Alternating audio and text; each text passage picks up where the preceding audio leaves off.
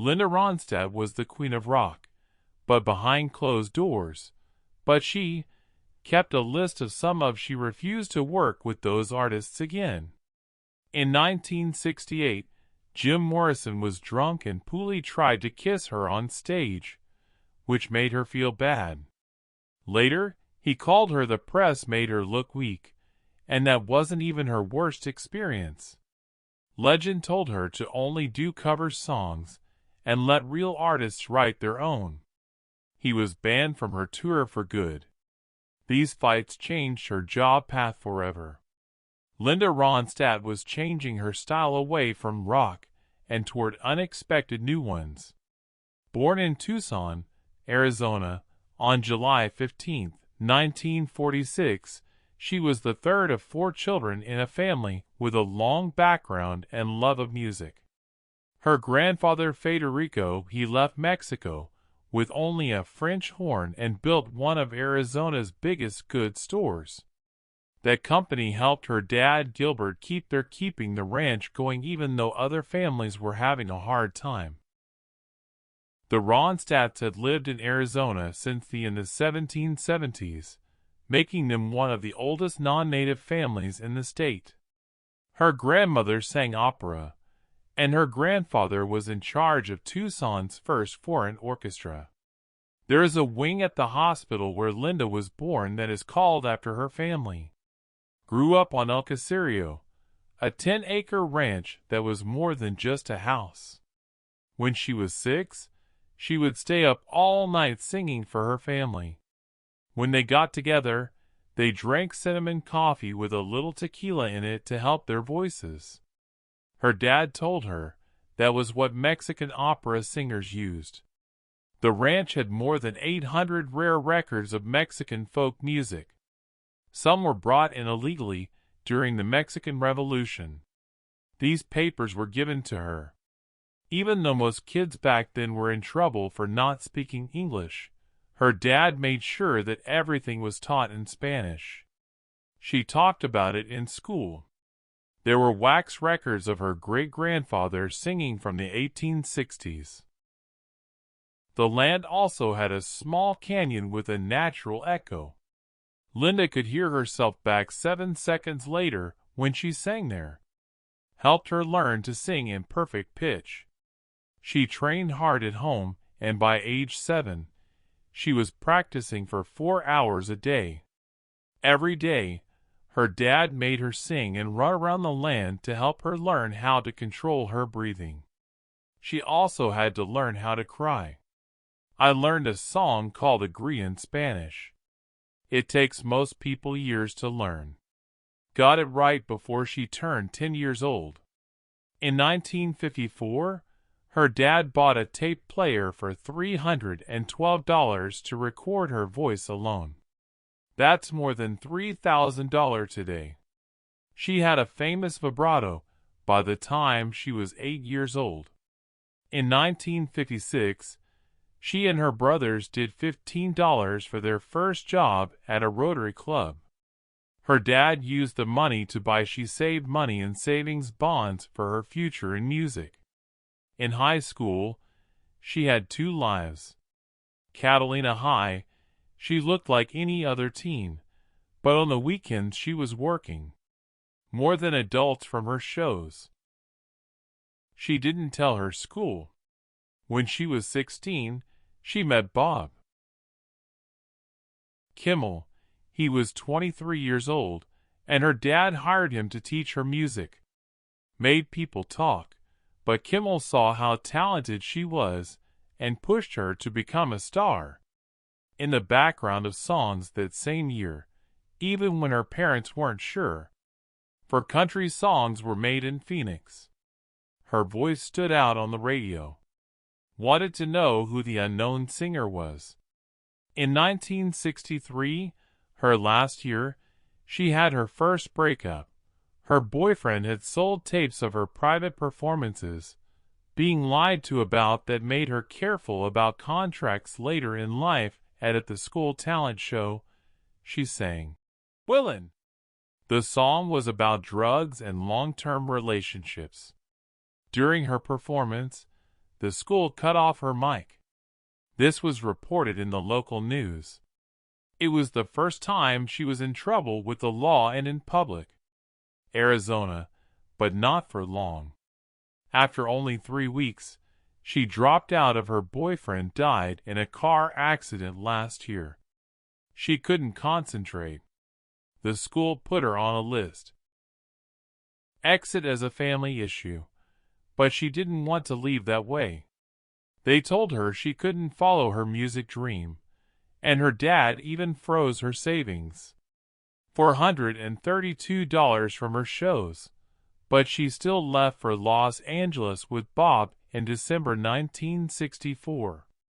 Kimmel, and didn't have much money. The trip was rough, and their car broke down in bleak California. Cops thought they were thieves. They were locked up for 6 hours. In LA, before she was cleared, she lived in a cold shed in Silver Lake for $8 a night. A week, she worked in a store in the mornings and sang for money at night. Came to an open mic and broke a guitar string. Linda let him use her guitar. Hers. That one act led to a bond and a tour together that would last for years. Changed their lives. She and Kimmel started a band in LA called the Stone Poneys. They thought they were trying something new, but other bands had already done it. They still cut down the group, down to 3, and started playing folk rock. They were found practicing at a diner in 1966. They got signed by Capitol Records. Their first record didn't do well, but people liked it. Heard Linda's voice. Then came Different Drum. It was written by the song had been turned down by Michael Nesmouth, who later joined the Monkees. Others, but director Nick Vineg gave it to Linda. He then put together a new band called Studio Players to help record the song. It became a hit in late 1967. It was number 13 in the U.S. and stayed there for 17 weeks. It got to number 5 in New Zealand. The band was tense because of the success. Capitol Records began to promote Linda Ronstadt and the Stone Poneys. Didn't like her own show, but fans loved it. The band broke up soon after. Went solo and put out Hand Sewn Homegrown in March 1969. It was her first album by herself. A woman made an alternative country record. She mixed rock vocals with country roots. Radio stations got it wrong. It was too country for rock and too rock for country. First album, she worked with producer Chip Douglas and sang songs by Bob Dylan and Randy Newman. She even covered a country hit called Only Daddy That'll Walk the Line into Only Mama That'll Walk the Line. She changed the way country music was done, even if the business world didn't know where to put her. Touring wasn't always nice after the band played with the Doors, but Linda didn't like Jim Morrison. In 1968, he pulled her out on stage while drunk and tried to kiss her. Then he fell into the mic stand. She felt ashamed. Morrison later called her sweet. Poor Neil Young wasn't much better. At a protest show, he said the music was too popular, and it hurt Linda, who cared a lot about causes, especially those who knew her from her Mexican background. She never acted with Young again, when it was love at first sight for Linda Ronstadt, when she met Peter Asher in 1973. She was already known for her voice, but she hadn't found the right person to help form it yet. Asher was once a member of the Peter, and Gordon had worked with James Taylor before Kate Taylor. He was in a room with Ronstadt. They worked on some songs for her record Don't Cry Now together. But it was when they worked together on Heart Like a Wheel in 1974 that Asher learned everything he knew. expertly bring out her sound. He once said she was the best singer he had ever worked with, and he wasn't wrong. That one album was the start of something huge. Over the next few years, made 13 records together, and all of them went gold or platinum. Done before Ronstadt's voice and Asher's studio skills were put together, made a sound that could be played on both pop and country radio. All of a sudden, she didn't have to stick to one style. She could do everything, and people loved it. It came out in November 1974 and went straight to number 1 on It Ruled the Billboard 200 and stayed there for almost a year. The country charts for 4 weeks in a row. The first song, You're No Good, hit number 1 on the Hot 100 and number 2 on the pop charts with Will I Be Loved, the pop charts and the country charts. It sold over 2 million copies by 1991. Million copies in the U.S. In 2013, the Library of Congress added it to after the National Recording Registry called it one of the 500 best albums of all time. Rolling Stone Best Albums Ever. It's crazy that Capitol Records put out that album because he wasn't bound by his contract. Ronstadt had already moved to another, politics couldn't stop it, which is one reason why the music did well. She didn't just cover songs. Ronstadt had a special way of making them sound new. She took old songs and made them her own. She grew up in Tucson, Arizona, the piano playing of her father, and traditional Mexican music. This mix of styles helped her add new beat, and when she sang Buddy Holly's she made everything she touched feel better. No Longer Matters, or the Everly Brothers' When Will I Be Loved, she wasn't just copying them. She was changing them. People from other fields didn't notice. Rock fans said she was too soft, and folk fans said I thought her music was too pop. But country fans got it and loved it. Helped other singers get noticed. In 1971, her manager hired Glenn Frey and Don Henley, Bernie Lean and Randy Meisner, who played with her. They later became the Eagles, but their friendship didn't last. As the Eagles became more well-known, so did Don Henley once called Ronstadt names behind the scenes and told her to stick. She kicked him off her tour. The band that started out with her is now with someone else. She felt like she didn't belong. It was personal, and it hurt. 1975. Linda Ronstadt wasn't just a singer anymore. She was a star. Nothing a female rock star had ever done before. Rolling Stone, Newsweek, Time, People, and Rolling Stone all wrote about her. They called her the Queen of Rock.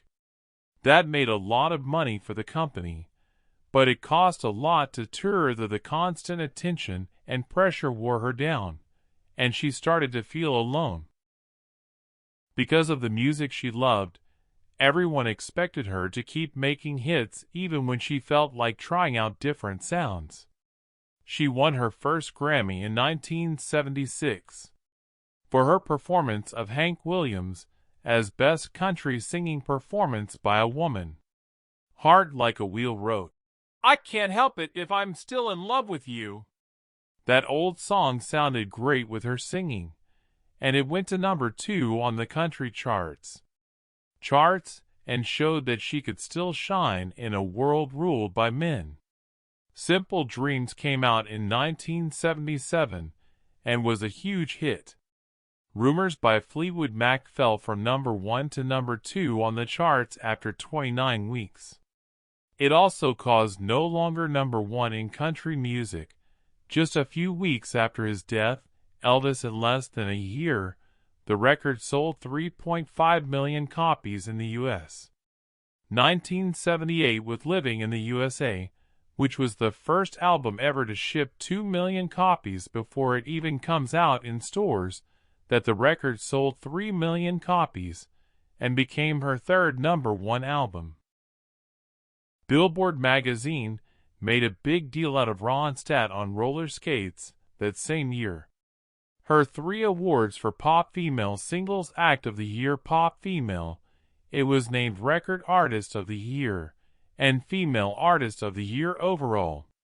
She made $12 million in 1978 alone, which is about $58 million today. Her record sold more than 17 million copies that year alone, had officially broken through the glass ceiling. While all of this was going on, she was also seeing California Governor Jerry Brown. They met at a Mexican restaurant, diner in Hollywood. He was very serious and well-behaved. People she usually met, music artists. Their relationship got a lot of attention, and people even made guesses about if Brown would use public funds to protect her Malibu home during a storm. She didn't. They went on a trip together and got close, but they both knew they weren't compatible enough to last. He would have found my life too chaotic, and I would have found his too restrictive. In 1980, she was shocked everyone by performing in musicals. She played the lead role in The Pirates of Penzance. No one thought a rock singer could pull it off in Central Park and on Broadway. But she did. The show was put on 787 times, and was later turned into a Ronstadt even got a Tony nod for the movie. Her voice showed it could handle anything then. In 1983, she did something else that was very strange. She put out an album of old jazz songs called What's New, with 62-year-old arranger Nelson Riddle. Her record company was shocked. The head of Elektra Records begged her not to, and even Peter Asher wasn't sure if she should. The record began. It came out slowly, at number 93, but in 4 weeks, it was in the top 10. It stayed there. It was #1 for 81 weeks, and sold more than 3 million copies in the U.S. People who didn't like her said she brought life back to pre-rock music. Around the same time, she was told again that she could take any chance and make it work. Star Wars author George Lucas, and she started dating in secret. No one knew. They never had a picture taken together. They were engaged for 5 years and often broke up, spending time at his Skywalker Ranch. But in the end, Ronstadt's neat, for she said she wasn't the type to settle down, and she won the freedom race. Ronstadt knew it when her rock fame began to fade in the early 1980s. Instead of following the latest music trends, she focused on what she loved most, old songs. What's New was the first of 3 records Nelson Riddle made with her.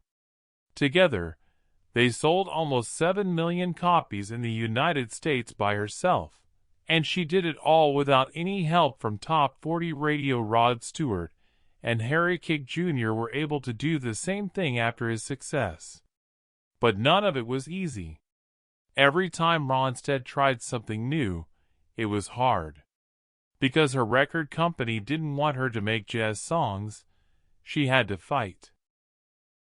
After making a pop standards record with Jerry Wexler, she threw it all away because she had to fight just to record What's New, which didn't feel right. Wanted her to sneak in some rock music. She made one small concession. The video had a rock guitarist in it, but that was it. She stuck to her idea. It paid off. Ronstadt once said, "Rampant eclecticism is my middle name." That's pretty much what she is like. No matter the stress or worries, she her songs, and millions of people followed her. In 1987, something fans what Linda Ronstadt, Dolly Parton, and Emmylou finally got to happen. Harris, 3 of the most famous country music singers got together for a supergroup, They had been friends since the mid-1970s and looked up to each other. They liked each other's work and often sang each other's songs. But nothing ever worked out when they tried to record together. It took 10 years before everything finally worked out. Their record labels didn't get along, and their dates never lined up. They did record the magic result, and Emmylou said that even they were shocked by what a great sound they had together.